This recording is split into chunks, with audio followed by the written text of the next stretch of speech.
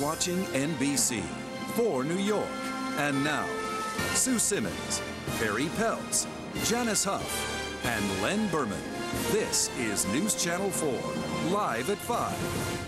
Stay with us for a story about devoted parents, loving classmates, and the remarkable boy who inspires them. He is a 10-year-old with a rare disease who refuses to let his life be controlled by a body he can't control.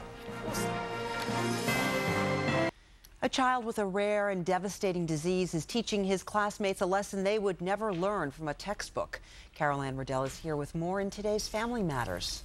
Well, Perry, Jacob Sontag has Canavan disease. It's a genetic brain disorder that has left him unable to walk or speak.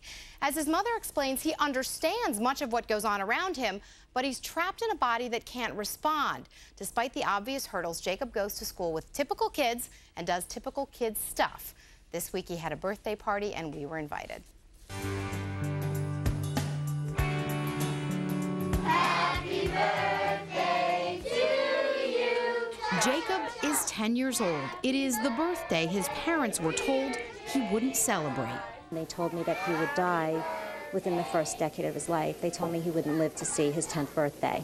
Jacob has Canavan disease, a rare genetic disorder that can leave children trapped in their own bodies, paralyzed, and unable to perform the simplest of tasks. His parents have fought the devastating disease since their son was diagnosed at 6 months old, pushing for new treatments and research. And every day that he's doing what doctors said he would never do, I feel like this was our achievement. He's 10, and I don't intend to bury my child. Jacob attends Purchase Elementary School in Westchester. He sits, learns, and on this day, marvels at Nick the Balloonatic right alongside typical children. The kids drape themselves over his wheelchair and hold his hand. They see what he can do, not just what he can't. Do you like it, Jacob?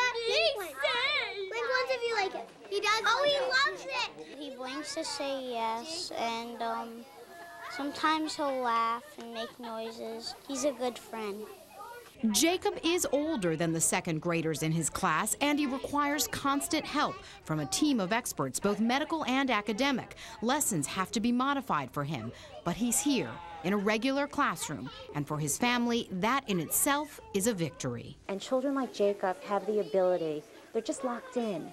And for them to be around other typical children, it's like they're liberated. But as much as Jacob gets, he gives. His classmates have learned an invaluable lesson about compassion and appreciating difference. They crowd around him as he lies on the floor, breaking into a spontaneous cheer.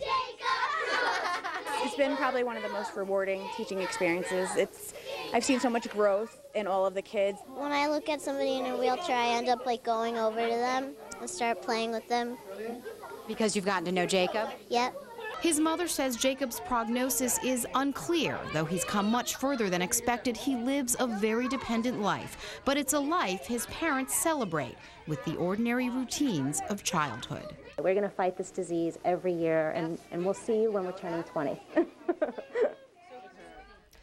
Jacob's mom has started a foundation called Jacob's Cure, dedicated to fighting Canavan disease.